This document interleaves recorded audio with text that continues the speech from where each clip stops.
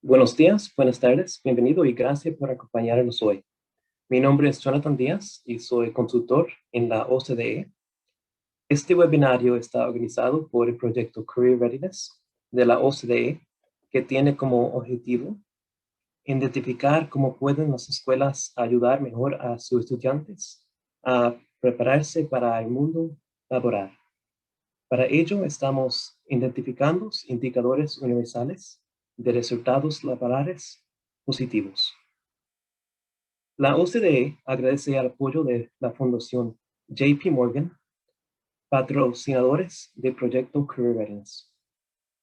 Este seminario web ha sido co-organizado con el Centro Internacional para la Orientación Profesional y Políticas Públicas, y estamos agradecidos a su director, John McCarthy, por apoyar este evento. Antes que empecemos, me gustaría recordarles algunas de las actividades de nuestro proyecto. Tenemos un boletín mensual. Si no está registrado y le gustaría, por favor, contáctanos. Y finalmente, del 27 al 29 de octubre de este año, tendremos una conferencia que se centrará en la práctica y la investigación de todo el mundo sobre cómo las escuelas pueden equipar mejor a los estudiantes para su vida laboral, y es gratis. La convocatoria para trabajos de investigación y práctica está abierta hasta el 7 de julio. Tenemos hoy aquí tres presentadoras: Catalina Kovacevic, Natalia Orellana y Soledad Romero Rodríguez. Catalina trabaja en la OCDE. Natalia es miembro del directorio del Centro Internacional para la Orientación Profesional y Políticas Públicas. Y Soledad es profesora titular de Orientación Profesional en la Universidad de Sevilla y board member de la Asociación Internacional para la Orientación Educativa y Profesional. Después de breves introducciones, Catalina presentará los resultados de nuestro último documento de trabajo, que se centró en indicadores vinculados al pensamiento sobre el futuro y su relación con los resultados de empleo de adultos. Después habrá una discusión con Natalia y Soledad. También estamos abiertos a sus comentarios, así que agregue sus preguntas a través de la función de chat. Antes que empecemos, Natalia, ¿puedes decirnos un poco sobre tu organización y tu trabajo en Chile? Hola, buenos días, muchas gracias. Felicitarlos por esta iniciativa y, bueno, agradecer a nombre del ICCDPP, de este Centro Internacional de Políticas Públicas sobre Orientación Profesional, que represento en esta oportunidad como miembro del directorio, y desde mi rol también como directora ejecutiva de Fundación OCIDES.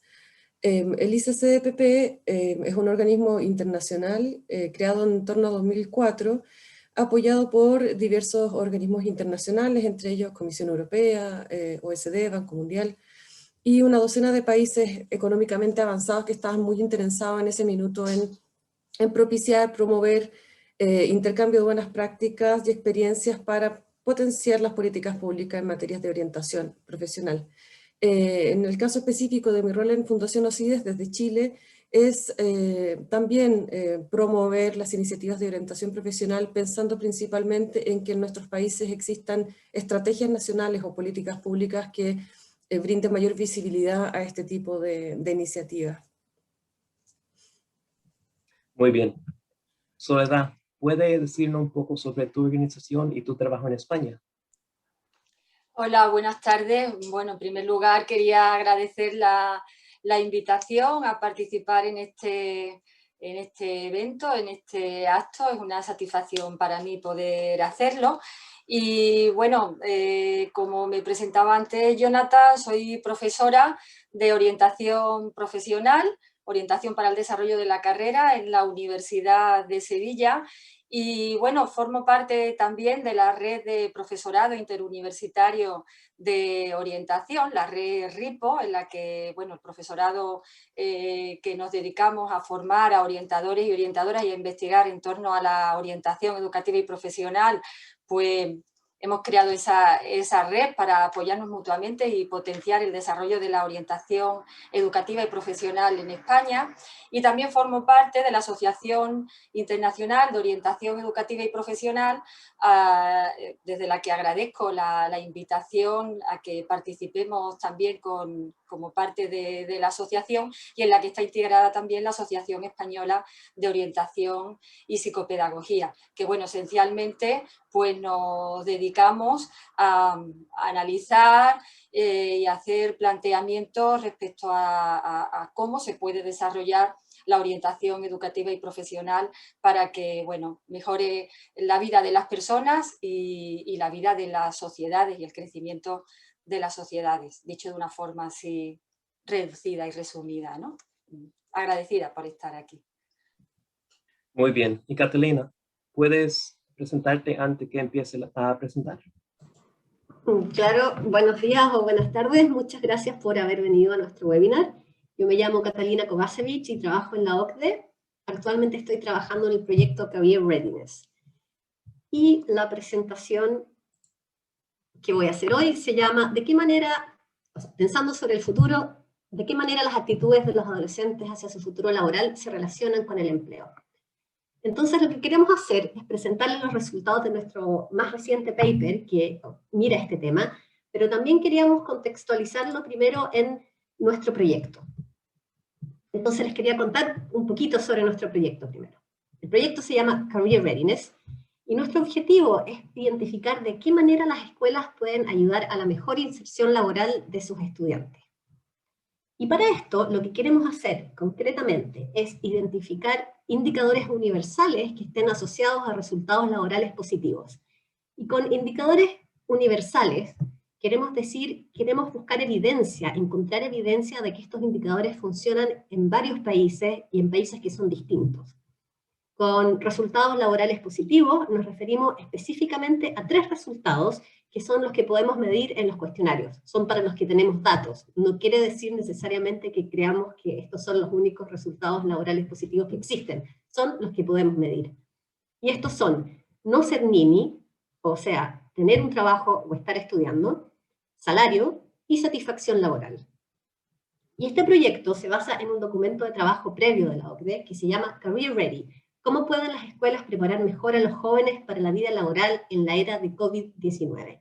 Y lo que hace ese proyecto es que hicimos una revisión bibliográfica muy exhaustiva, buscando evidencias de estos indicadores, evidencias de que hay ciertas cosas que están pasando cuando los jóvenes tienen alrededor de 15 años que parecen predecir, parecen asociarse con mejores resultados laborales positivos. Entonces aquí no nos estamos enfocando en la teoría, nos estamos enfocando en evidencia, en datos. Y la mayoría de estos datos los hemos encontrado en bases longitudinales. Estudios donde se sigue a una misma cohorte de estudiantes desde que son adolescentes, o a veces incluso antes, hasta que son jóvenes adultos que ya están incorporados en el mundo del trabajo. Y encontramos una serie de indicadores que voy a compartir con ustedes en un momento. El único problema es que la mayoría de estos estudios y la mayoría de estas bases están disponibles en un número reducido de países. Entonces nuestra revisión bibliográfica se tuvo que concentrar en Estados Unidos, en Reino Unido y en Australia, porque son países que tienen una larga tradición de tener estudios longitudinales y son los países donde se han hecho estudios con respecto a estos indicadores. Entonces lo que nosotros buscamos con este proyecto es ampliar esto, poder ver si estos indicadores funcionan en otros contextos, con otras bases de datos de otros países. Y el paper que les voy a presentar ahora hace esto ampliándolo a 3 bases de datos nacionales más. Este es nuestro marco teórico general. Nosotros creemos que hay 3 áreas que los jóvenes deberían estar desarrollando cuando tienen alrededor de 15 años. Una cosa es pensar sobre el futuro, la otra la hemos llamado explorar el futuro, y la tercera es experimentar el futuro. Y en la que nos estamos centrando en este paper es pensar sobre el futuro, pero les quería mostrar las 3 para que comprendieran que esta es nuestra visión de todo lo que debería estar pasando. Y aunque nos vamos a enfocar exclusivamente en pensar sobre el futuro, sabemos que existen también estas otras dos áreas que son igualmente relevantes. Y pensar sobre el futuro lo hemos dividido en 5 indicadores. Cada uno tiene un nombre, que quizás no sea el nombre más feliz, en algunos casos hemos heredado estos nombres, lo importante es la definición. El primero lo hemos llamado certeza o incertidumbre de carrera. Y lo que de verdad queremos decir con esto no es que el joven esté súper seguro de lo que quiere, es simplemente que si a los 15 años se le pregunta, ¿qué trabajo te imaginas que vas a tener cuando tengas 30 años? Puedan nombrar un trabajo. Entonces, si el joven dice, por ejemplo, creo que voy a ser profesor, perfecto, eso lo consideramos certeza. Si el joven dice, me gustaría tener un buen trabajo, o dice, no sé, o dice, me gustaría tener un trabajo bien pagado, eso lo estamos considerando como que no es capaz de nombrar un trabajo específico. El siguiente indicador lo hemos llamado ambición de carrera. Y lo que hacemos es que una vez que tenemos esta respuesta que el joven dio, aquellos que tienen certeza, que nos nombraron un trabajo, los clasificamos de acuerdo a la clasificación ISCO y separamos a aquellos que están en la categoría de empleo profesional o gerencial. Y aquellos los llamamos con ambición de carrera. El tercero es alineación o desalineación de carrera. Y lo que vemos acá es si los planes educativos y laborales de un estudiante están alineados o no. Y en lo que nos enfocamos de verdad es en aquellos que están desalineados, que sería, por ejemplo, un joven que dice que quiere tener un trabajo profesional, por ejemplo, diga quiero ser médico, pero sin embargo no esté pensando en obtener educación terciaria. Entonces ahí vemos un claro ejemplo de desalineación, donde sus planes laborales y sus planes educativos no marchan, no se acompañan. El cuarto es motivación instrumental. Esto se refiere a que el joven pueda vincular la experiencia escolar con el futuro empleo que quiera tener, que pueda ver una relación entre lo que le pasa hoy en el colegio y sus planes futuros. Y esto se diferencia de la motivación intrínseca, que sería que le guste ir a la escuela, que quizás le guste estudiar. Acá no nos estamos enfocando en el placer que le provoca la escuela, sino en si la considera útil para sus planes o no. Y nuestro último indicador es la concentración de carrera. Y con esto nos referimos a qué tan original es el trabajo que menciona este joven cuando lo comparamos con los trabajos mencionados por sus pares en el mismo país. Y específicamente estamos viendo, si no escogen las 10 carreras más comunes, estamos llamando a ese joven a un joven original en cuanto a su elección de carrera. Entonces, estas son las 5 cosas que miramos en el paper. Estas otras, relacionadas con explorar el futuro y experimentar el futuro, las estamos analizando en un nuevo paper, pero no tenemos resultados para eso aún.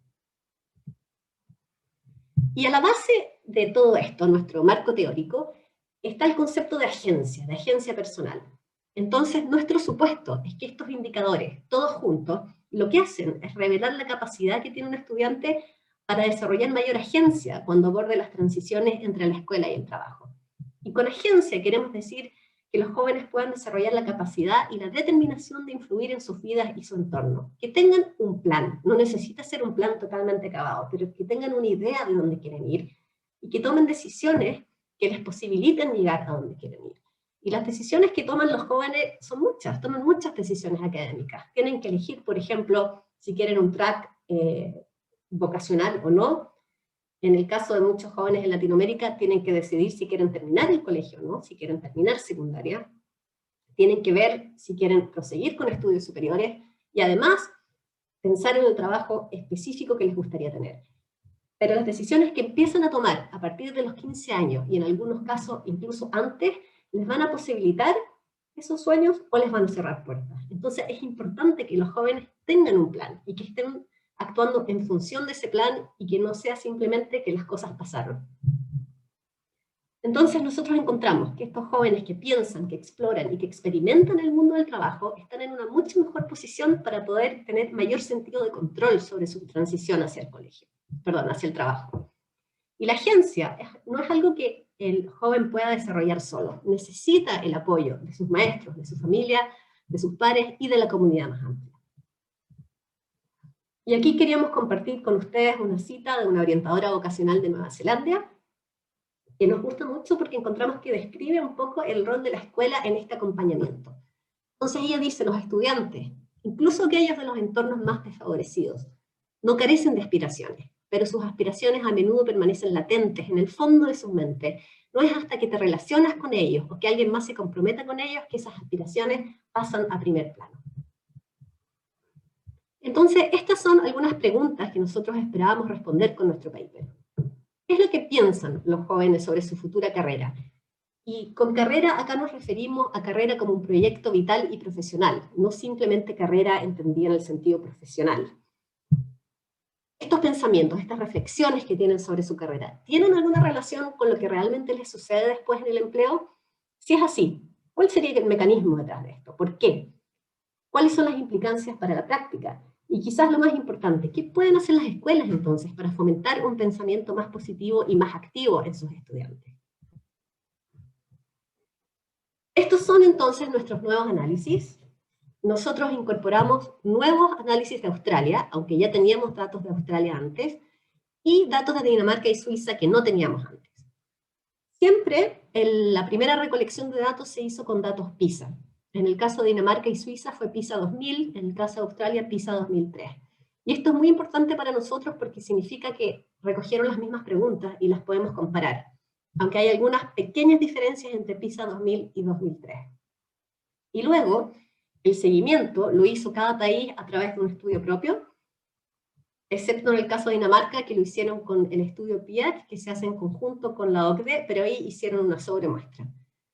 En general, el seguimiento se hizo 10 años después. Esto quiere decir que los jóvenes respondieron por primera vez cuando tenían 15 años, cuando rindieron PISA, y luego cuando tenían más o menos 25, en el caso de Dinamarca tenían más o menos 27 años.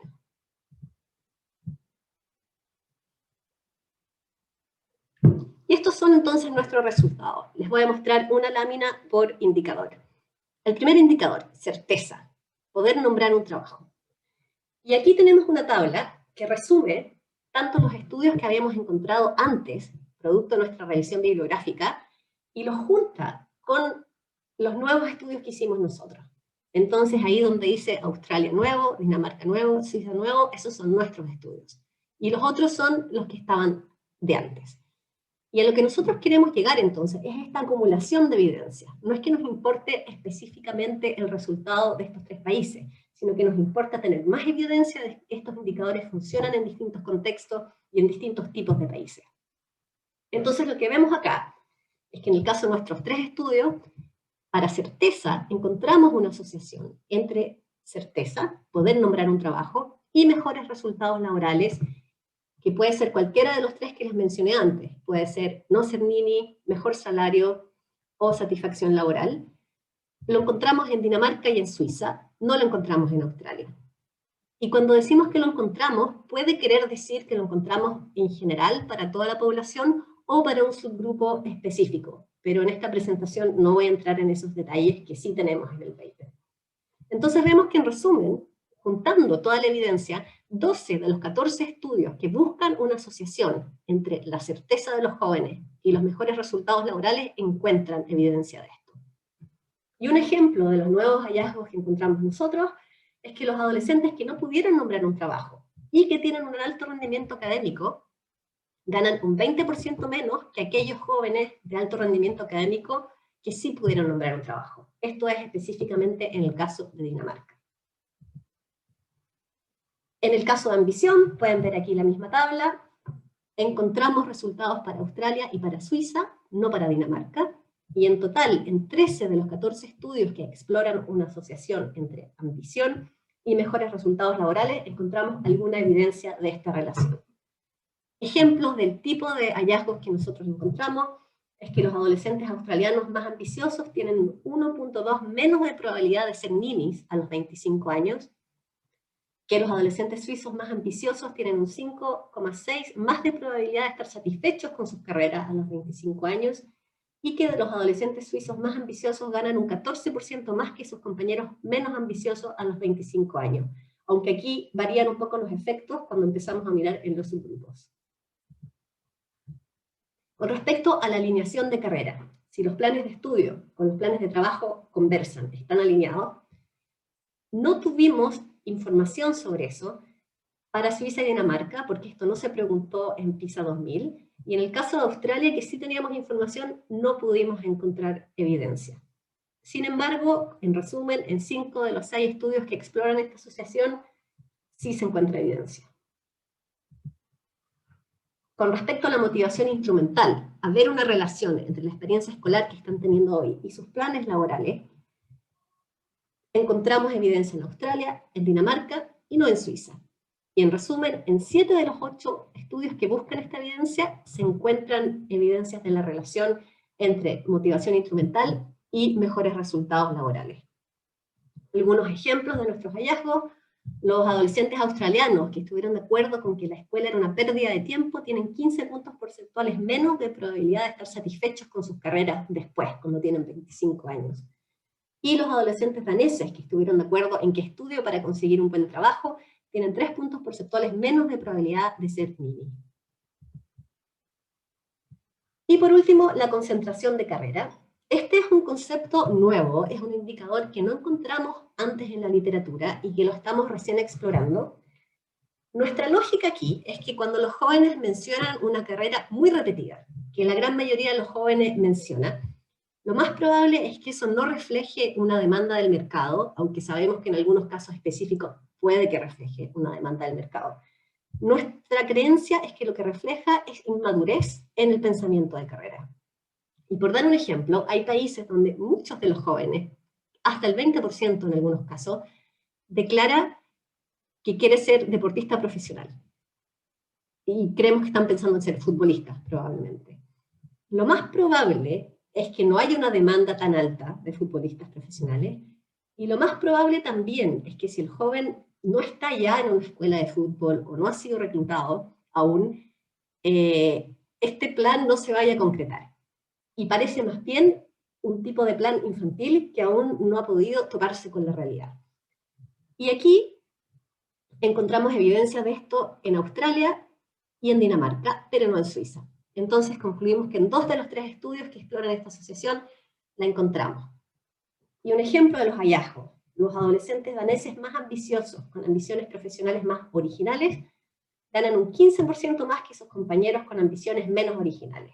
Y los adolescentes australianos menos ambiciosos, con ambiciones profesionales más originales, ganan un 6% más que sus compañeros. Entonces, ¿qué es lo que creemos acá que está pasando? Nosotros sabemos que estos datos de las encuestas son vislumbres imperfectos de la vida de los jóvenes, no describen todo lo que está pasando.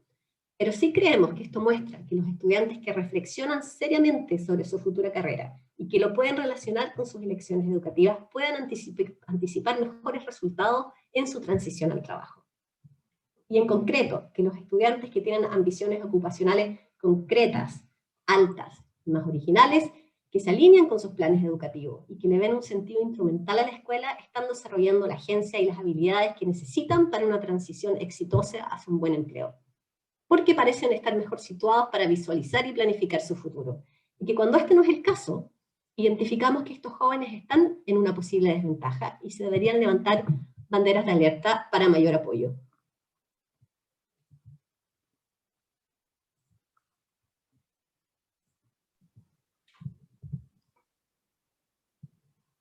Y aquí les quería mostrar algo que enfatizamos bastante en el paper, y es que los indicadores no se distribuyen de la misma manera en toda la población de estudiantes. Y como prácticamente todo en educación, son los estudiantes más vulnerables que salen más perjudicados. Entonces, en términos generales, vemos que son los hombres, los estudiantes de rendimiento más bajo, los estudiantes de nivel socioeconómico más bajo, y en algunos casos los inmigrantes, los que salen más desfavorecidos con estos indicadores.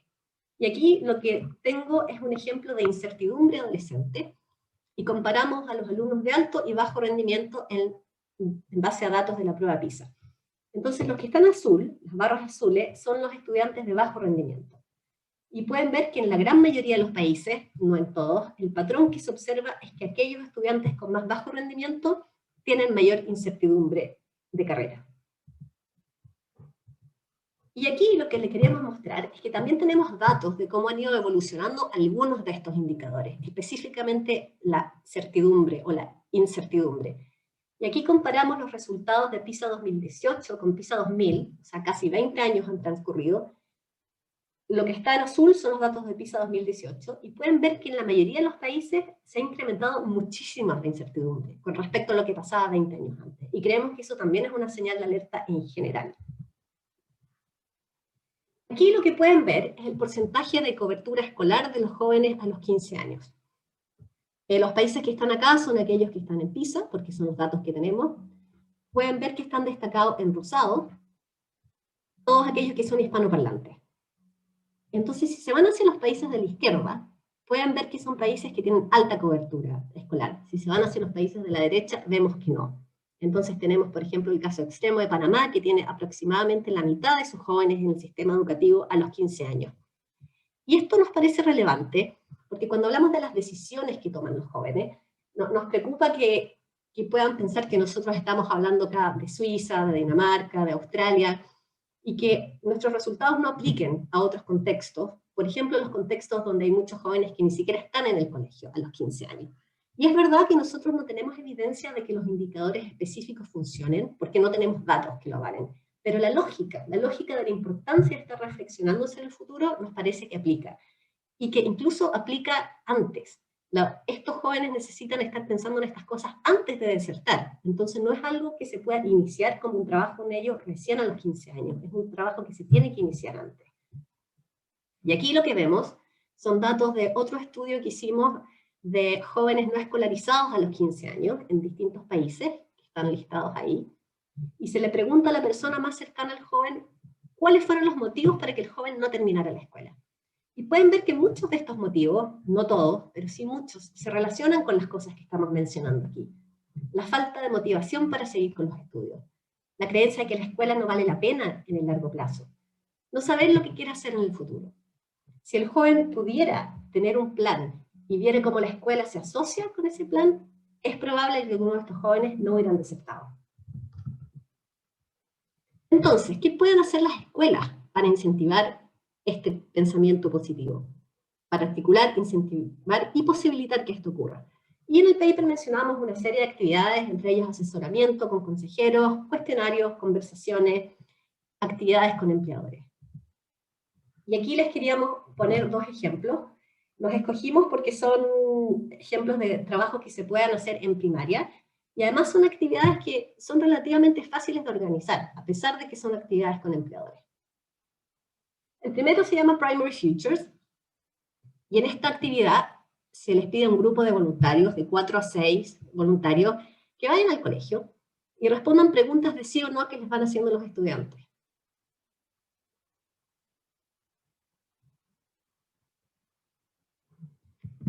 Y la idea es que los niños traten entonces de ir adivinando, y hacen preguntas hasta que por fin adivinan cuál es la carrera correcta. Y esto ayuda a que incluso los niños más pequeños empiecen a pensar en las carreras, en distintas características de las carreras, y además ayuda a desafiar su puesto. Otro ejemplo se llama Trade Speed Meet Events, y acá es como la idea de las citas rápidas, que se junta a un empleador con un niño, y tienen 6 minutos para que el niño le haga todas las preguntas que quiera, y después de 6 minutos se cambia por otro empleador. Entonces alcanzan a pasar 6 empleadores más o menos por hora. La actividad total dura 1 hora. Y la idea entonces es que los estudiantes también tengan la oportunidad aquí de hacer preguntas como, no sé, ¿puedo trabajar mientras estoy estudiando? ¿Cuánta plata podría ganar? Etcétera. Y para terminar mi presentación, les quería mostrar algunos datos de qué tan seguido ocurren este tipo de actividades en las escuelas. Y esta información la tenemos basada en los datos PISA. Entonces, aquí lo que se muestra es qué tan seguido los adolescentes hablan o han hablado con un consejero vocacional en su escuela. Y vemos, primero, que hay muchísima diversidad entre los países. Entre Bélgica, donde solo un 30% de los jóvenes dice que alguna vez ha hablado con un consejero vocacional, hasta Dinamarca, donde es más del 80% que dice haberlo hecho.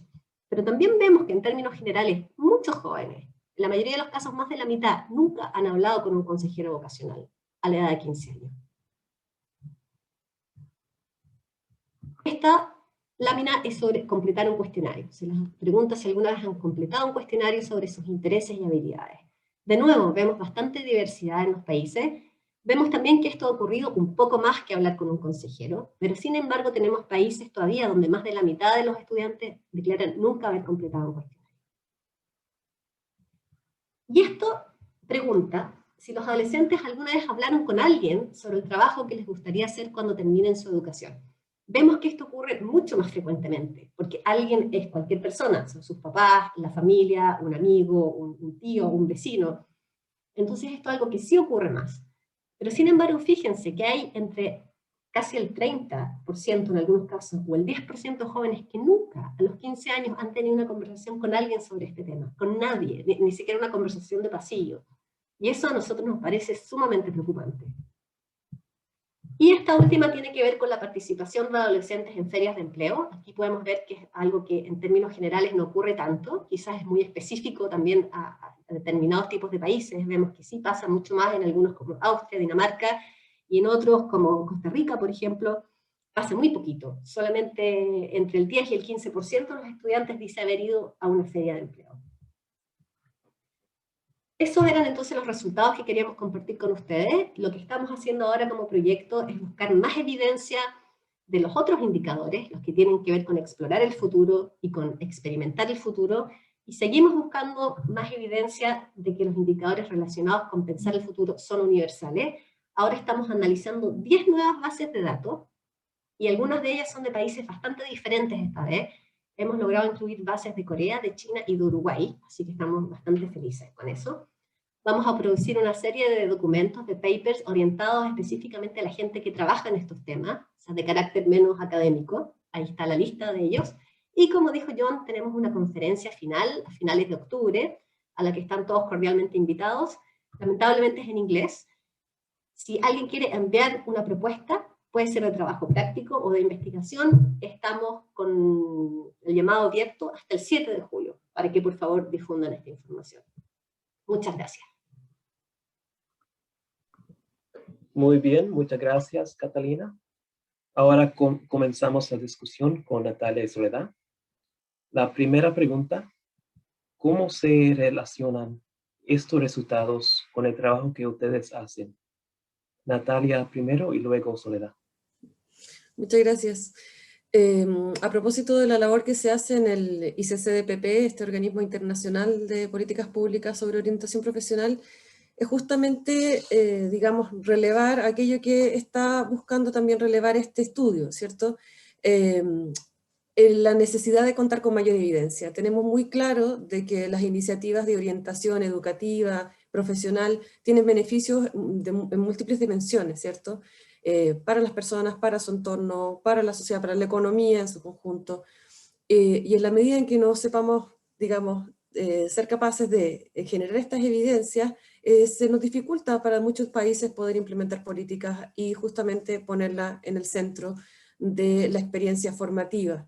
Por lo tanto, ¿cómo se relaciona con el trabajo? Nosotros justamente en la línea de promover que haya mayor evidencia, estos indicadores que aparecen en este estudio me parecen sumamente interesantes justamente para motivar a que en nuestras escuelas, en nuestros sistemas educativos vayamos indagando acerca de ellos, quizás con las nomenclaturas, los nombres, las acepciones que se acomoden a nuestros contextos o relacionadas con la literatura que se defina en cada situación o en cada contexto, digamos, pero me parece clave avanzar hacia allá.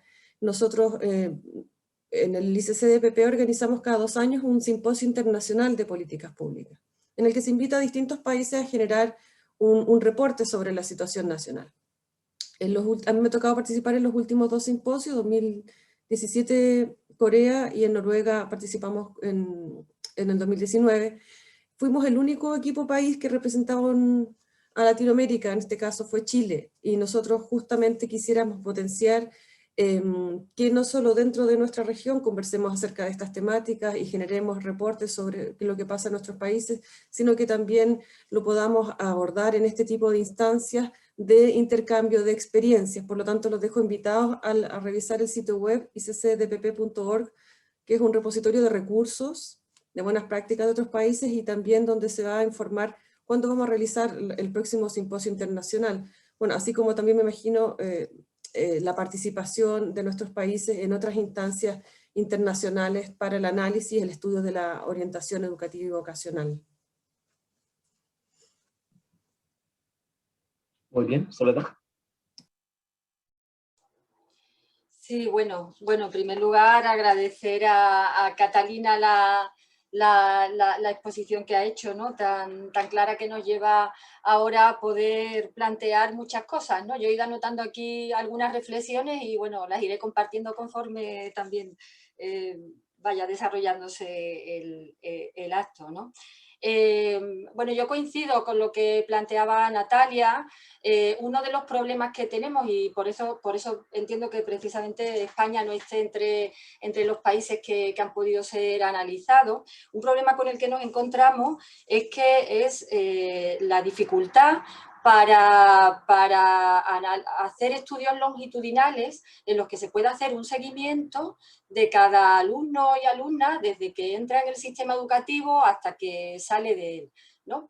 Algo en lo que en España estamos reflexionando y creo, espero, confío que vamos a ir avanzando es hacia la construcción de sistemas integrados de orientación, donde el aspecto de educación y empleo pues estén más relacionados entre sí. Eso nos permitirá también poder, pues eso debería implicar que las bases de datos, las bases de información pues también se puedan cruzar.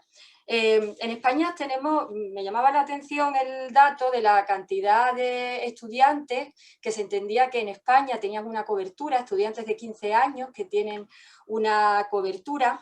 Efectivamente puede ser que con 15 años tengamos una cobertura alta, pero desafortunadamente tenemos un alto índice, alrededor del 16% como media en España, pero por ejemplo en Andalucía, que es la comunidad autónoma en la que yo vivo, pues hay un 21,8% de abandono educativo temprano. Es decir, hay muchos jóvenes que efectivamente con 15 años tienen cobertura, pero que o bien no llegan a finalizar la escolaridad obligatoria a los 16 años o que la finalizan y no continúan con una formación o bien con el bachillerato o sea, con la educación posobligatoria, lo que aquí es el bachillerato, o con una formación profesional que lo cualifique, ¿no? Entonces, bueno, es un problema al que tenemos que atender.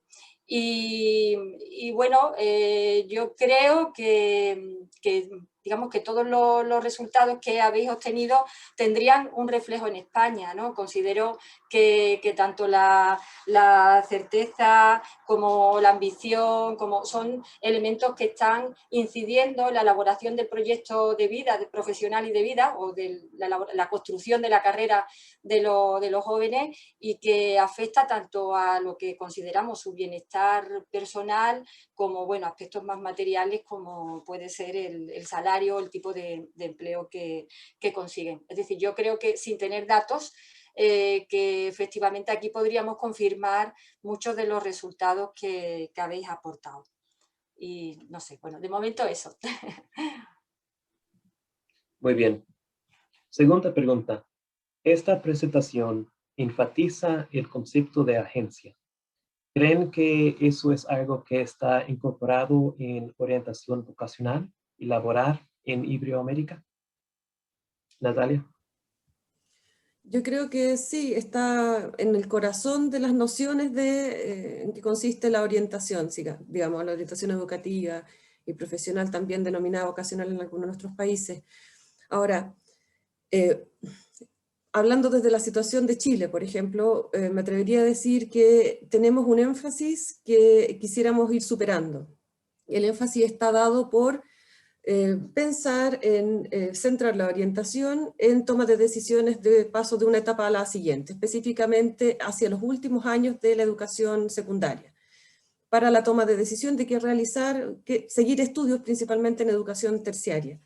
Y consultados a los estudiantes, generalmente reclaman que tienen poca información, o más bien lo que reciben como orientación son algunos tests vocacionales que no necesariamente se les aplican de una manera bastante comprensiva, sino que muchas veces los estudiantes creen que es como una certeza lo que le dice este test, y que debería ser básicamente lo que ahí dice, porque no ha tenido mucho tiempo para realmente pensar sobre quién es, cómo se siente para trabajar, cómo le gusta, cuáles son sus motivaciones, cuáles son sus intereses. No ha tenido quizás una introspección durante los años previos, entonces a último minuto aparecen estos test vocacionales y aparece información desde la educación superior para elegir.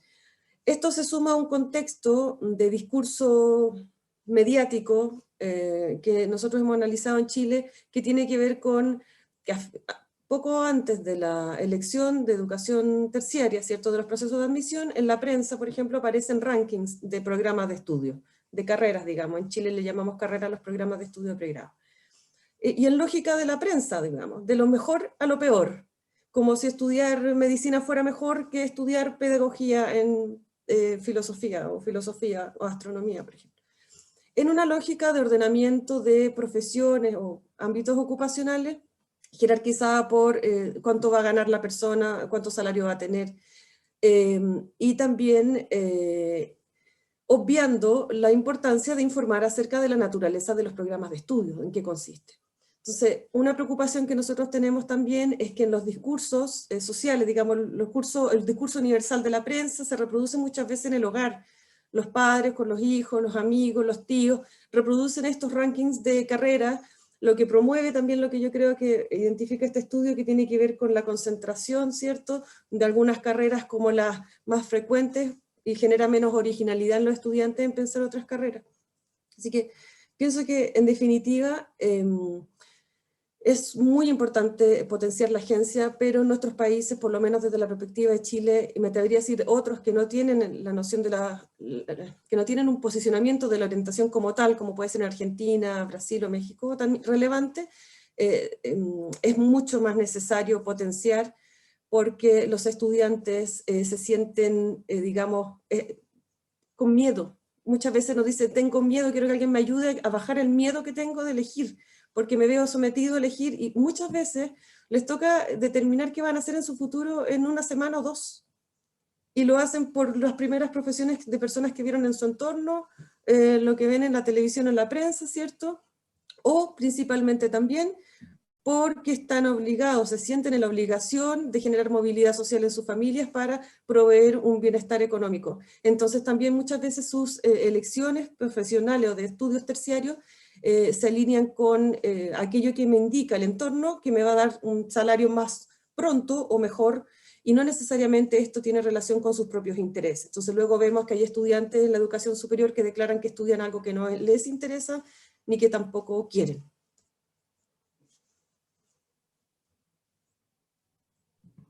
Soledad. Sí, bueno, a ver, yo creo que una de las cuestiones que tenemos que tener en cuenta es la separación que hay entre el mundo educativo y el mundo del trabajo. Y cuando hablo del mundo del trabajo, no me refiero solo al mundo laboral de empleo, sino también a cualquier tipo de actividad que puede ser también de voluntariado, de servicio social, de trabajo con la comunidad que vivimos, ¿no? La escuela está todavía, cuando hablo de la escuela, me refiero desde infantil, primaria, la propia educación secundaria, muy separada de lo que pasa alrededor, del propio contexto en el que se desarrolla y se desenvuelven el niño, la niña o la persona joven, ¿no? Creo que esto puede sonar como algo muy general, ¿no? Y podemos plantearnos, ¿y qué tiene que ver esto con la orientación para el desarrollo de la carrera, ¿no? Pero para mí es esencial, puesto que hacer una orientación para el desarrollo de la carrera es desarrollar las competencias que te permitan poder gestionar tu propia vida en el contexto en el que vives, y además pues teniendo una capacidad de anticipación y de ampliar también tus propios horizontes, ¿no? En España tenemos la figura del orientador educativo, orientadora educativo dentro del sistema educativo. Según qué comunidades autónomas, España se organiza en 17 comunidades autónomas, se organiza de una forma diferente, pero esencialmente tenemos la presencia del Departamento de Orientación en los centros de educación secundaria, no así en la mayoría de las comunidades autónomas en educación infantil y primaria, donde hay equipos de zona. ¿Qué ocurre? Pues que las ratios de cantidad de estudiantes por orientador o orientadora es muy grande. Puede llegar a ser hasta de 800 estudiantes para un solo orientador u orientadora. Una reivindicación que hay aquí es que se bajen esas ratios. Y además el orientador o orientadora educativo tiene muchas funciones, entre ellas la evaluación psicopedagógica, la atención a la diversidad y una de los aspectos es la orientación vocacional y profesional, como se llama, o orientación para el desarrollo de la carrera. Va apareciendo cada vez más la idea de carrera. ¿Qué ocurre? Pues que la orientación se queda limitada a momentos muy puntuales.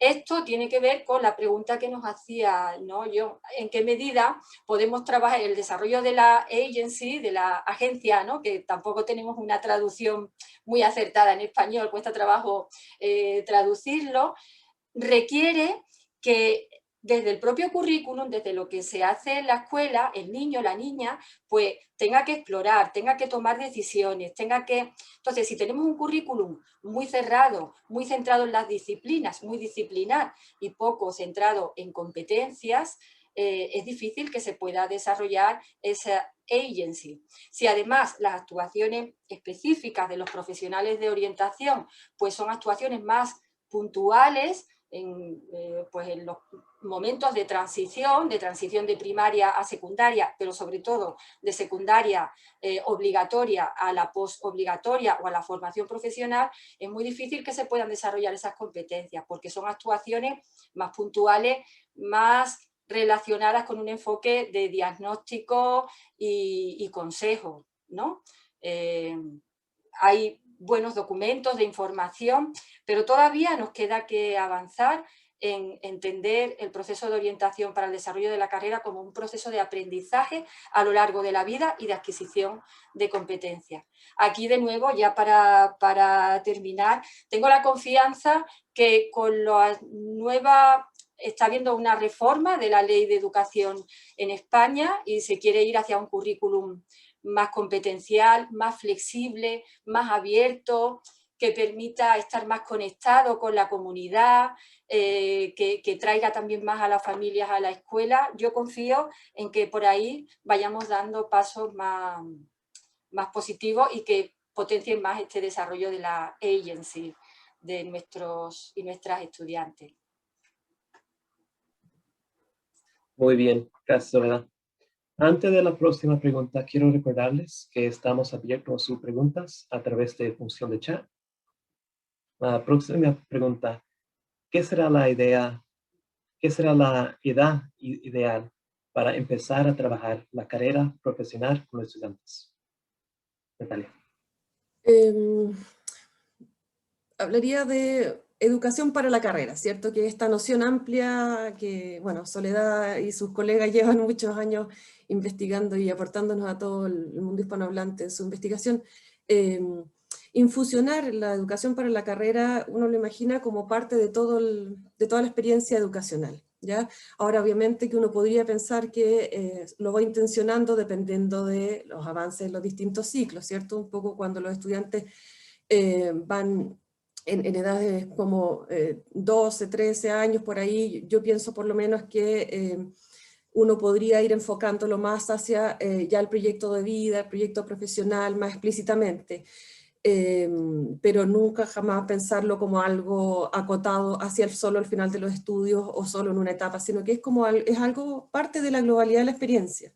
Y eso yo lo vería en todo el nivel, digamos, en el sistema educativo, digamos, en todos los niveles, primario, secundario y terciario también, que es una discusión que estamos teniendo nosotros, por ejemplo, acá en Chile, que la orientación profesional está siendo muy bien considerada como algo estructural clave en educación superior.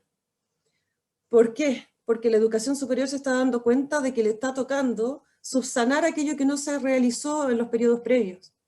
Porque por sistemas de accountability, acreditación de calidad de las instituciones educativas, de los rankings universitarios, se están haciendo mediciones respecto de los resultados de la educación terciaria, ¿cierto? ¿Cómo les va a los egresados terciarios en el empleo, en el trabajo? Y eso está redundando en problemas de empleabilidad, digamos, de ajuste o desajuste del nivel educativo, con con el tipo de empleo, con el salario, qué sé yo, distintos niveles distintos tipos de desajuste. Y esto lo está haciendo que la educación superior se esté, digamos, preocupando mucho de eso, y por lo menos en Chile haya toda una línea de instituciones de educación superior interesadas en incorporar la educación para la carrera. Bueno, eso parece un poco irónico porque uno piensa que esto viene desde las etapas previas, ¿cierto?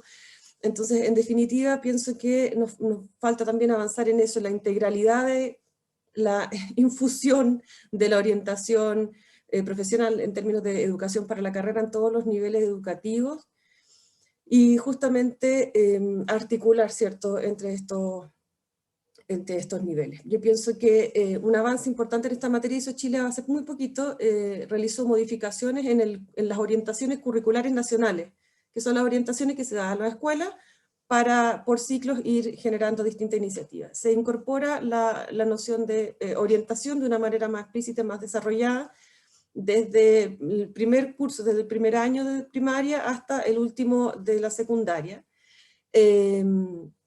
incorporándose el énfasis en el proyecto de vida ya desde aproximadamente los 12, 13 años. Entiendo que es, claro, octavo básico, primero medio, que sería en los nombres chilenos. Yo creo que esto es un avance, pero no podemos, digamos, decir que es tan relevante si es que aún no le damos una valoración, un estatus a la orientación como tal. Yo creo que por ahí es súper relevante avanzar. Muchas veces se ve este tema un poco descompartamentalizado, como hay un problema, tratemos de dar una solución específica, una charla sobre cómo elegir tu carrera o una charla de empleabilidad, cuando ya no hay nada que hacer porque a la persona no la preparamos durante su vida para, digamos, desarrollar su agencia. Muy bien, Soledad. Sí, bueno, yo coincido plenamente con Natalia que cuando hablamos sobre cuándo comenzar, lo primero que tenemos que hacer es pensar que estamos hablando de un proceso de orientación a lo largo de la vida, ¿no? Ya en el contexto de la Unión Europea, las propias recomendaciones de la Unión Europea hablan de una orientación desde las edades infantiles hasta el envejecimiento activo, ¿no? Y yo creo que este planteamiento es el que tenemos que seguir. Claro, para esto hay que hacer mucha pedagogía, porque lo primero que te pueden decir, bueno, pero desde infantil ya le tenemos que estar hablando de un empleo, ya tienen que estar empezando a pensar qué es lo que van a hacer de mayor. No se trata exactamente de eso, ¿no? Lo habéis antes, Catalina hablaba precisamente del concepto de agency, ¿no? Y la idea de proyecto de vida, ¿no? Dejaba claro que cuando se habla de carrera estamos hablando no solo de proyecto profesional, sino de proyecto de vida. Yo hablaría en nuestro equipo de investigación, que se llama Literasis, hablamos de la alfabetización de carrera, ¿no? Cada vez se habla más de la necesidad de la alfabetización digital. Bueno, entendemos que tiene que haber una alfabetización de carrera en el sentido de que las personas tenemos que estar dotadas de las habilidades, los conocimientos, las actitudes que nos permitan, en definitiva, encontrar el sentido a lo que hacemos y encontrar el sentido a cómo nos comportamos, encontrar el sentido a lo que aprendemos y también ser críticos y críticas con ella. La orientación para el desarrollo de la carrera es un factor crítico y de equidad y de crecimiento y de justicia social, ¿no? Entonces, habría que empezar desde educación infantil. Nosotros tenemos algunos ejemplos de haber trabajado con niños y niñas y cómo, por ejemplo, ellos, la profesión que mencionan ahora es la favorita es la de probador de videojuegos, ¿no? Porque es lo que conocen, están todo el día con el móvil y tal. Y vemos cómo pueden explorarse y conocer. Y vemos también las grandes diferencias que hay en función del contexto social, del contexto económico y de la situación de su comunidad. Entonces, es un factor de equidad y justicia social. Si no empezamos desde pequeños a que aprendan a encontrar, a conocer sus propias potencialidades, todo su potencial, a conocer oportunidades y también cómo se pueden generar esas oportunidades. Es difícil que puedan salir esos niños y niñas de donde están. Entonces es un elemento que empieza ahí y estoy de acuerdo con Natalia que tiene que continuar a lo largo de toda la escolaridad, incluyendo la universidad, ¿no? También nosotros estamos haciendo algún trabajo con nuestros estudiantes universitarios. Y ya digo, como elemento de equidad, de justicia social, y es importante, eso aquí en España se está planteando, que haya un currículum de orientación. Y por favor, no salgan corriendo asustados y asustadas quienes me estén escuchando, porque algunos dirán, también se habla de un currículum de educación emocional, también se habla de... Pero es que todo está interrelacionado. Si trabajamos el desarrollo de la carrera, estamos trabajando el desarrollo integral de las personas. Y en definitiva es el objetivo último de la educación. El desarrollo integral de lo cognitivo, lo emocional, lo físico e incluso lo espiritual, entendiéndolo como bueno, lo filosófico de dar sentido a la vida, ¿no? Entonces eso es algo que tiene que impregnar todo el currículum. Y es importante que igual que están delimitados que hay que aprender de matemáticas o de lengua, pues que también esté delimitado que tenemos que desarrollar para podernos desenvolver como personas, profesionales, ciudadanos y ciudadanas críticas y comprometidos con nuestro entorno. Ok. Esta pregunta viene de María. ¿Qué características deben tener la orientación de proyectos profesionales entre los adolescentes? ¿Qué aspecto o recomendaciones deben tenerse en cuenta? Natalia.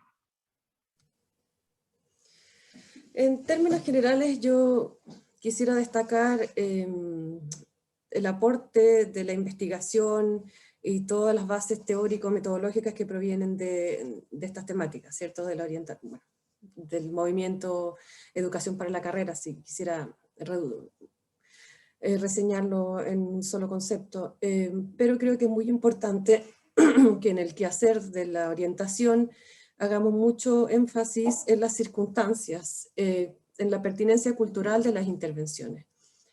Nosotros en Chile, por ejemplo, estamos potenciando que se haga una mayor valoración de lo que justamente mencionaba Soledad. ¿Cuán importante es pensar la educación integral y el aporte que tiene la educación para la carrera estructuralmente en aquello? Sí. ¿Cómo lo vamos a abordar? De manera diferente, depende de cada contexto y de cada grupo. Estuvimos hace poco tiempo, el año pasado, haciendo una exploración con un grupo de estudiantes mapuche del sur de Chile y les preguntábamos cuáles eran sus necesidades en esta materia, ¿cierto?, de orientación. Y nos sorprendimos en el sentido de que, claro, primero, efectivamente, de ese grupo que era bastante significativo, eran más de 140 estudiantes, al parecer la noción de orientación no estaba clara. Daban cuenta de que la orientación se daba, la significativa provino más bien de casualidad, de algunos profesores que por alguna situación especial tenían un compromiso mayor con orientarles, o porque también eran mapuche y tenían una afinidad con ellos, por un lado. Por otro, falta de preparación de nociones básicas de qué es la educación superior, cuáles son estos procesos de transición. Nos enfrentamos primero a que la orientación que habían experimentado ellos había sido muy precaria, y segundo, que no había contemplado sus propias características. ¿Cuál es la noción que ellos tienen respecto del trabajo, de la vida activa? ¿Cómo conciben ellos mismos el trabajo y su propio desarrollo? ¿Para qué? ¿Por qué? Considerando sus particularidades culturales. Entonces, en definitiva, yo creo que tenemos mucho de lo cual basarnos y poder estudiar y desarrollar iniciativas, pero que nunca perdamos de vista las particularidades de nuestros territorios, de nuestras poblaciones, especialmente las más vulnerables. Y en ese sentido también incorporar obviamente una perspectiva de género, de orientación profesional no sexista, que tiene que también estar a la base de nuestras intervenciones.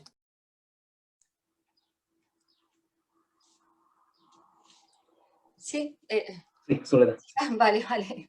Bueno, a ver, yo creo que como decía Natalia, efectivamente lo primero es decir, bueno, de qué planteamientos partimos, ¿no?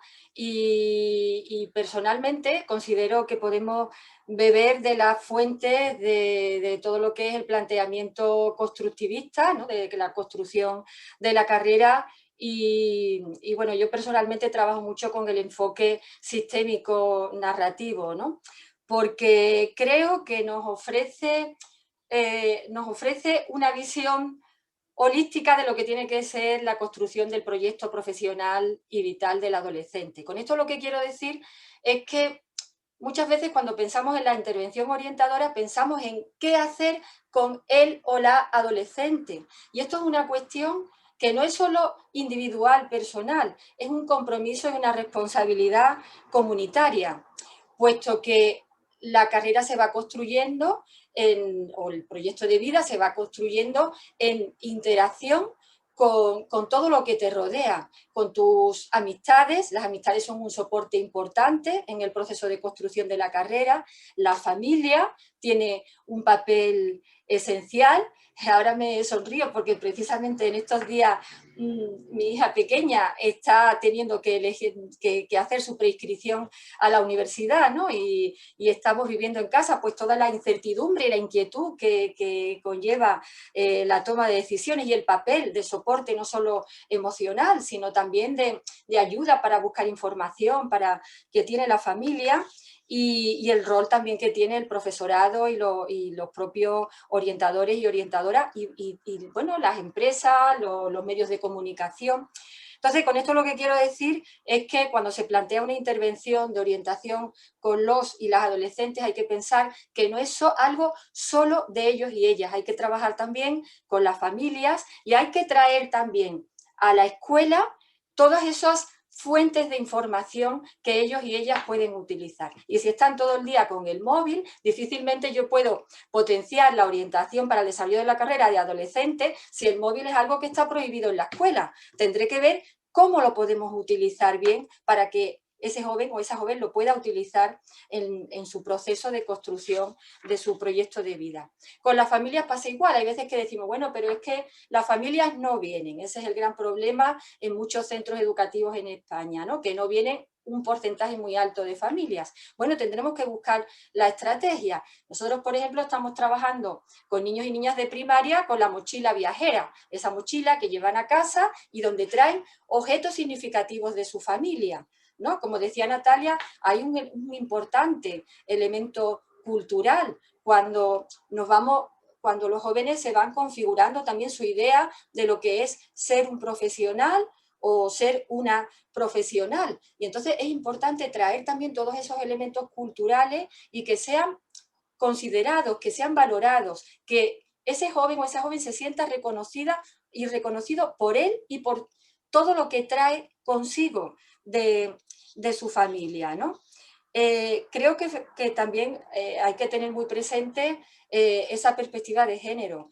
Lo decía antes Catalina, hay diferencias, ¿no?, importantes en cómo se desarrolla la agency y cómo afectan estos distintos factores que habéis estado presentando en el paper. Y todavía hay mucho sesgo en la toma de decisiones. Hace poco terminamos un estudio sobre la formación profesional en Andalucía y veíamos el sesgo tan importante que hay en cuanto a qué tipo de familias profesionales se eligen y también en cuanto al rendimiento. Las chicas tienen un rendimiento mucho mayor que los chicos, sin embargo, pues se cierran a determinadas profesiones, ¿no? Y bueno, yo de una manera así como resumida diría las características del trabajo del proyecto profesional y vital de los adolescentes tienen que ser consideradas como un proceso de aprendizaje de competencias, no solo un proceso puntual de diagnóstico-consejo.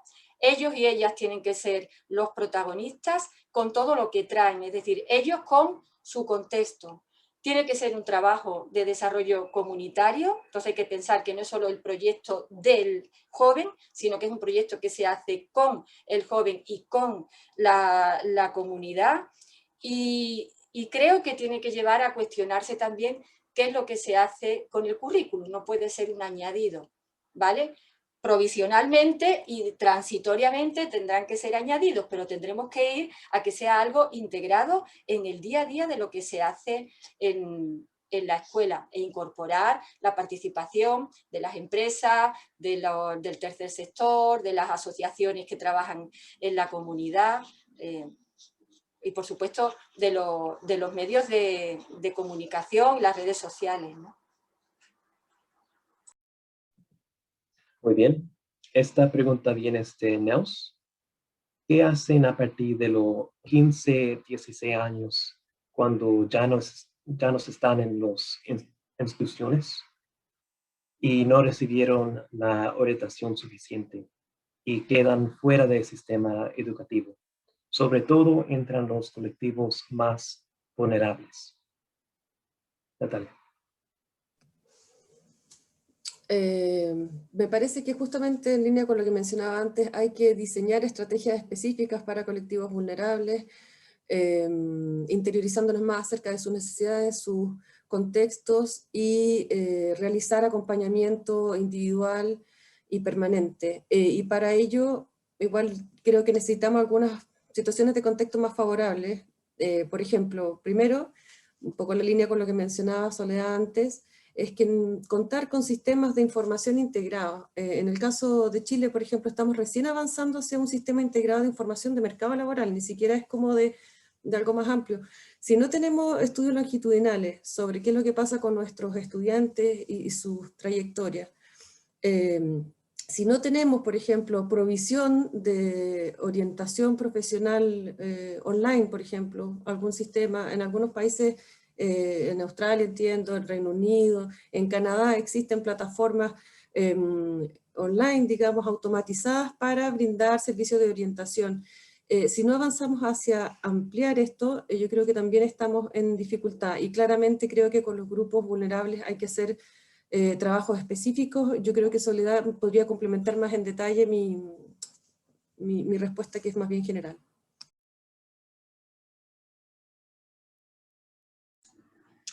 Bueno, sí, a ver, yo diría que desafortunadamente hay jóvenes que acaban abandonando el sistema educativo de manera prematura, y si se hubiera hecho un proceso de orientación, de trabajo, de compromiso del propio profesorado en el acompañamiento y en el potenciar que ese estudiante o esa estudiante desarrolle las competencias que requiere para poder construir su propio proyecto de vida, es decir, para encontrar sentido a lo que está aprendiendo.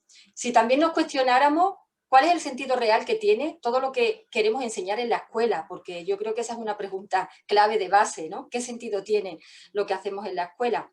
Bueno, pues ese alumnado podría no haber abandonado prematuramente la escuela. Pero es cierto que hay muchos que aún así también seguirían abandonándola, ¿no? Bien, para eso, para ese alumnado y para los que todavía abandonan sin tener que haber tenido que abandonar si hubiéramos adoptado otra medida, yo creo que una buena alternativa son las escuelas de segunda oportunidad. Al menos por lo que yo voy conociendo de ellas, afortunadamente pues voy conociendo cada vez un poquito más porque me han permitido que participemos y colaboremos en cuestiones que están desarrollando, ¿no? Desde la Asociación Española de Escuelas de Segunda Oportunidad. Yo creo que realmente, o más que de segunda oportunidad, hablan escuelas de oportunidades, ¿no? Se hablan en algún momento, que a mí me gusta más porque parece que es como que perdí la primera oportunidad, y no, son escuelas que ofrecen oportunidades, son una alternativa interesante. ¿Y qué es lo que se hace en una escuela de oportunidades? Pues como su nombre indica, precisamente parten del trabajo con estas personas jóvenes para que reconozcan todo su potencial, para que tomen conciencia de todo el potencial que tienen, de todo lo que pueden aportar a la sociedad, porque en definitiva yo creo que hacer un proyecto de vida no es tanto qué hago con mi vida, sino y yo qué puedo aportar a la sociedad en la que vivo. Y desde ahí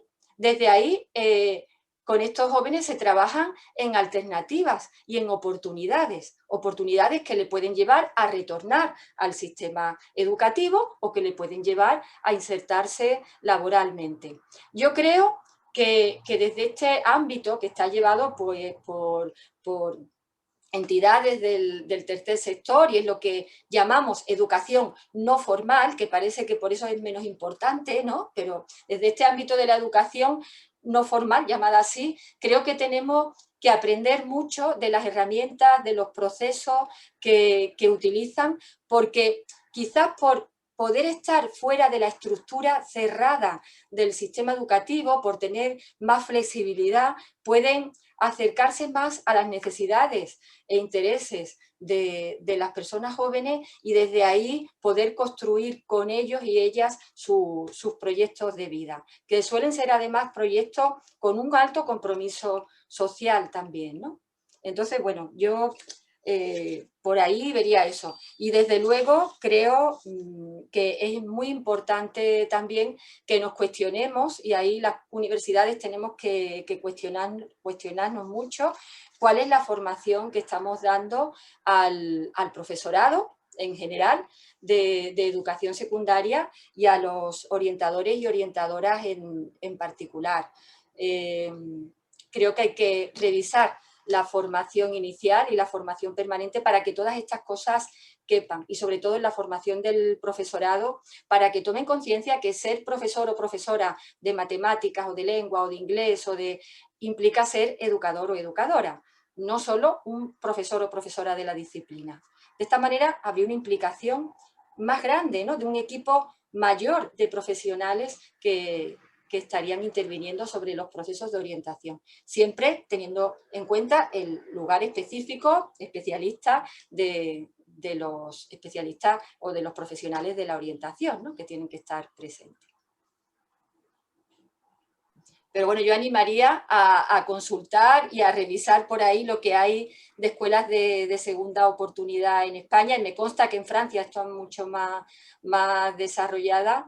Y bueno, también aquí en España hacen una labor muy interesante los centros de educación permanente de adultos, que antes estaban dirigidos sobre todo, había población de personas mayores, ¿no?, adultas ya con una cierta edad, y cada vez se van nutriendo también más de jóvenes que abandonaron la escuela y que encuentran en la educación permanente de personas adultas una vía para reincorporar o para completar su formación y reconstruir su proyecto de vida.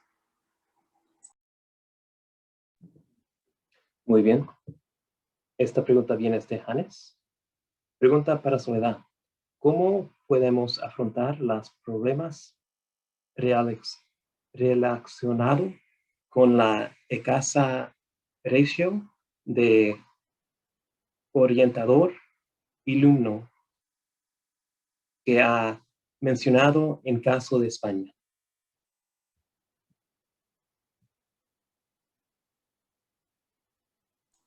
Soledad.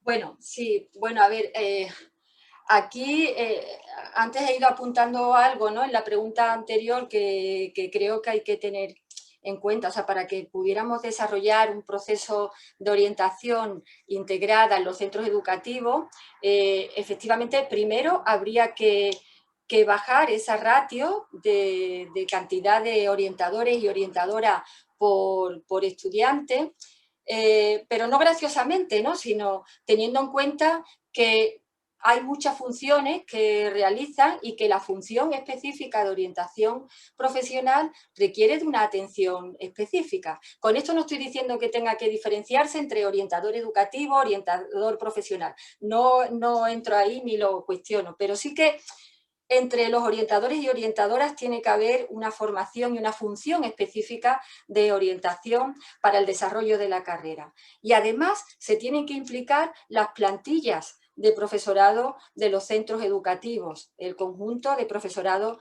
de los centros educativos. Y para ello pues es necesario lo que comentaba antes, que en la formación inicial y permanente del profesorado de secundaria se tenga muy en cuenta que son educadores y educadoras y que la función tutorial, que es como la llamamos aquí en España, digamos a la función orientadora que hace el profesorado, la función tutorial es responsabilidad de todo el profesorado, el que tiene en su papelito que pone tutor y el que no lo pone. Y que ser tutor o tutora no es solo resolver, a ver, pues si va a venir un padre o una madre puntualmente a preguntarme cómo va su hijo o su hija, o resolver algún conflicto que hay en el aula. Es un proceso, tiene que ser un proceso proactivo en el que haya un plan concreto, para eso está integrado en el plan de orientación y acción tutorial, que además debería estar respaldado, como dije antes, por un marco curricular que desarrolle cuáles son las competencias de gestión de la carrera que hay que desarrollar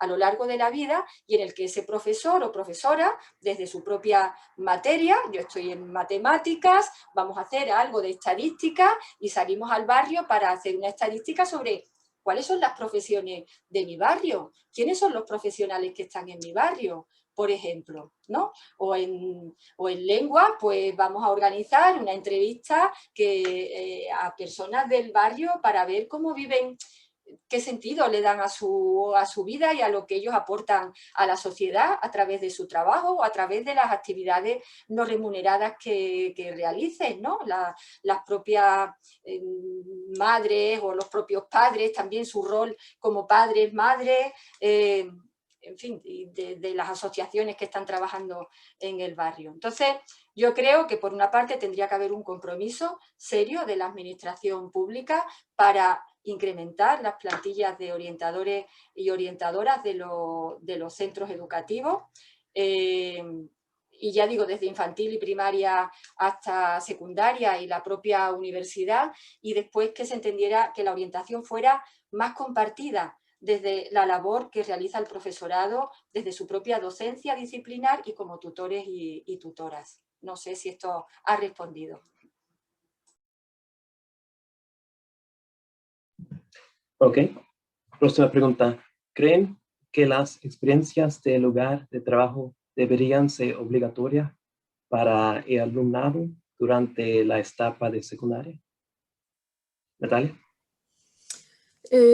Yo creo que es tal lo que ha mencionado Soledad hace poco, digamos. Hay distintos mecanismos, estrategias para poder acercar a los estudiantes a lo que puede ser su vida activa, ¿cierto? El mundo del trabajo, ocupaciones en específico. Uno puede hacer distintas actividades, ferias, que la misma modalidad de enseñanza-aprendizaje vayan potenciando ciertas destrezas y competencias que luego uno puede utilizar en la vida activa en general.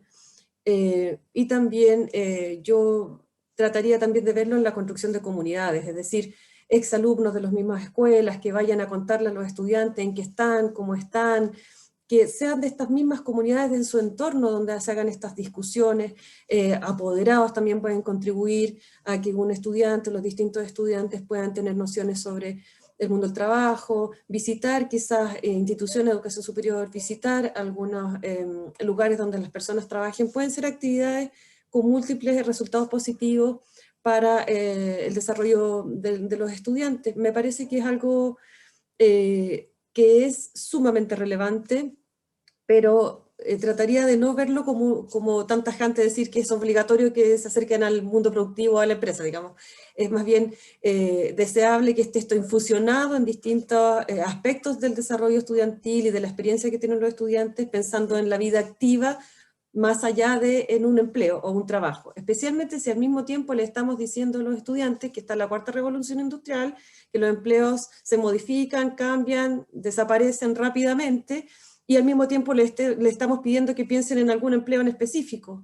Entonces creo que tenemos que tener cuidado en no promover más angustia en los estudiantes y volver al origen, digamos, pensamiento crítico y esta flexibilidad para desenvolverse, lo que decíamos al inicio, la agencia, que ellos se sientan capaces de que pueden transitar y navegar en este camino ocupacional a lo largo de la vida con sus propias herramientas.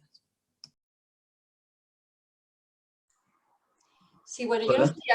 yo no sería capaz de decir si tiene que ser obligatorio o no, pero dentro de esa idea, ¿no? de abrir el currículum a lo que ocurre en el entorno, y en el entorno están las empresas, están las tiendas del barrio, está también en el entorno virtual las profesiones que vemos y que pueden ver los jóvenes y las jóvenes, ¿no? Los niños y niñas, porque estamos hablando de una orientación a lo largo de la vida desde las redes sociales. Y yo sí que creo que es importante acercarse, salir, que no esté encerrado en la escuela y después en casa y en el ordenador, ¿no? Que si yo tengo alguna inquietud por algún tipo de profesión, pueda ver y pueda hablar con la persona que está realizando ese trabajo, ¿no? Disculpa si voy a lo personal, ¿no? Pero yo, por ejemplo, aquí en mi familia no hay nadie que tenga que ver con ADE, ¿no? Con la administración de empresas. Es algo que mi hija está planteándose hacer. Difícilmente, si no ha visto a nadie hacerlo, pues es difícil que te puedas poner en la diferencia. Hago ADE, hago economía, y después en los contextos más desfavorecidos, sobre todo, más que ¿no? en las zonas de transformación social, difícilmente puede haber transformación social si no salimos del contexto para ver qué es lo que hay fuera. Difícilmente yo puedo ampliar mis aspiraciones si no puedo ver qué otras opciones hay, además de las que conozco viniendo solo a mi colegio o a mi escuela o a mi instituto y estando con mi familia. Entonces, poder entablar comunicaciones, poder hacer visitas o incluso estancias en distintos lugares de trabajo, e insisto, entendiendo por trabajo un concepto además amplio, no tiene que ser una empresa, puede ser la ONG que estaba trabajando en no sé qué sitio, me puede ampliar más las posibilidades. Pero no solo en cuanto a posibilidades de lo que puedo hacer, sino que incluso me permite conocerme mejor a mí mismo y a mí misma, porque me voy a tener que enfrentar a esa situación, ¿no? De tener que hablar con esa persona, preguntarle, me voy a cuestionar si realmente es eso algo que me gusta. Y siempre teniendo en cuenta que la incertidumbre va a ser difícil que la quitemos. Es decir, yo creo que algo también a lo que creo que era Jean-Luc Moore, que hablaba de las paradojas de la orientación como una paradoja, ¿no? La gran paradoja de la orientación es que vienen a buscarnos para que den certeza, ¿no?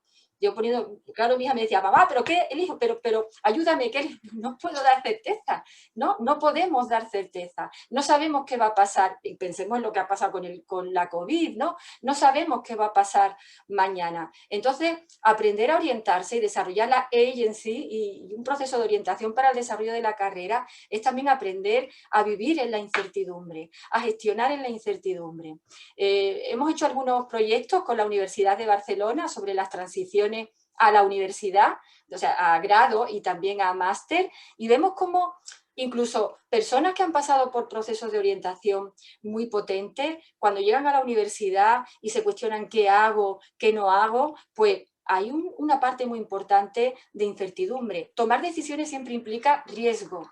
Me puedo equivocar y no pasa nada. El error forma parte de la vida. El error es maravilloso porque nos permite seguir construyendo y seguir creciendo. Entonces también le tenemos que perder un poco de respeto al error. Eso no significa elegir a lo loco, ¿no? Pero sí permitirme que si me equivoco no pasa nada, y permitirnos también como orientadores y orientadoras que igual no vamos a hacer una orientación certera, porque la vida es incierta. Y lo maravilloso es que muchas veces cuando no consigues ir a donde quieres ir, resulta que descubres algo que te encanta, ¿no? Yo como profesora de pedagogía, a pedagogía llega un porcentaje muy alto de estudiantes que no han podido acceder a otros estudios, a psicología, a ser maestros o maestras, a enfermería, y llegan, ¿no? Pero conforme vamos desarrollando la asignatura, que se llama orientación educativa, pero en ella trabajamos el proyecto de vida del propio alumnado, ¿no? Y eso también lo hemos observado en este trabajo que hemos hecho con la Universidad de Barcelona, dirigido por Pilar Figuera y otro por Pilar Figuera y Mercedes Torrado, ¿no? Vemos cómo el alumnado aprende a descubrir cuando se acerca. Por eso la pregunta de ¿Es bueno que vayan a la empresa? Bueno, pues cuando hacen sus prácticas, algunos hasta que no hacen las prácticas en empresa, no se dan cuenta de si realmente lo que están haciendo es lo que les gusta o no. ¿Eso es un error? ¿Es un fracaso? ¿No es un fracaso? Bueno, es la oportunidad que tienen para conocer de cerca la profesión. Y además, normalmente los jóvenes tienen una idea de profesión muy amplia, la educación, ¿no? El derecho, la medicina, pero dentro de la medicina, por ejemplo, hay muchas vertientes diferentes, muchas maneras de hacer medicina, ¿no? Y eso lo descubro pues cuando estoy cercana a un profesional o cuando hago las prácticas o cuando hago, y aún así no tendré la certeza de que haya elegido el camino que realmente me gusta más. Entonces también es muy importante, además de tener información, valorarla, tomar decisiones, aprender a gestionar todas las emociones que están implicadas en la construcción del proyecto de vida, asumir el propio error como parte del aprendizaje, no enjuiciarse, trabajar desde el no juicio y permitirse el escucharse también dentro, no sé, es lo que aquí llamaríamos desde las tripas, ¿no? Y muchas veces como que hay una intuición, hay algo que no sé explicar, pero que me dice que ese es el camino que tengo que seguir. Y eso también lo tenemos que aprender en orientación. Ok, aquí viene la última pregunta y viene de Verónica. Yo soy psicóloga laboral. Estoy orientando mi carrera hacia el ámbito de orientación para el desarrollo de carreras. Pero como es un tema emergente, no existe mucha oferta para formarme en esa línea. ¿Recomiende alguna institución para estudiar el tema? Y si puede, por favor, contestar en un minuto. Por ejemplo, el caso chileno, me parece que esta pregunta puede ser del caso chileno porque hay muy poca oferta formativa de especialización en esta línea. Yo les recomiendo siempre tratar de hacer diplomado o cursos de posgrado en Universidad Española, justamente con el equipo que mencionó Soledad Romero, con Pilar Figuera, con esas profesionales en la Universidad de Barcelona, en Sevilla. Bueno, Soledad podría complementarme mejor. Sí, bueno, realmente, a ver, aquí también todavía como la denominación de carrera, ¿no? El de orientación para el desarrollo de la carrera, muchas veces así no vas a encontrar la denominación, porque aunque es verdad que nuestros escritos, nuestras investigaciones, hablamos de desarrollo de la carrera, pero como a nivel social, carrera se identifica todavía mucho con carrera universitaria, seguimos hablando de orientación profesional, orientación para el trabajo.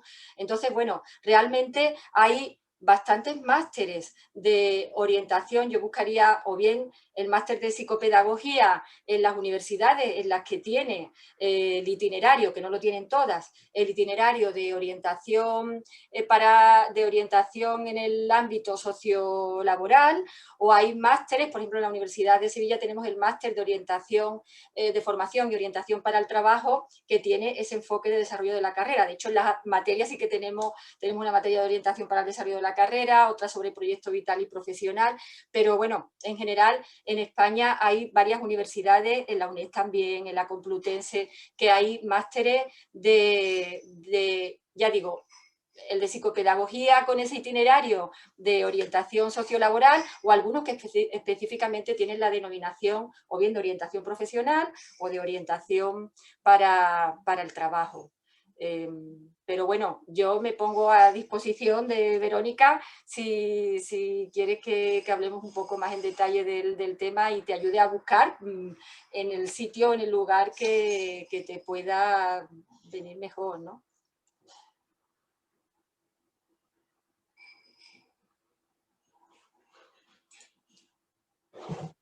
Ok, y para terminar, quería recordarles que tenemos un boletín mensual. Si no está registrado y le gustaría, por favor, contáctenos el email career.readiness@osd.org. Y también, por favor, visita nuestro website. Y Finalmente, quería recordarles de la conferencia del 27 al 29 de octubre de este año. Tendremos una conferencia que se trata de la práctica e investigación de todo el mundo sobre cómo las escuelas pueden equipar mejor a los estudiantes para su vida laboral, y va a ser gratis. Y muchas gracias y tenga un buen día. Muchas gracias. Gracias. Muchísimas gracias, un gusto. Que tengan muy buen día.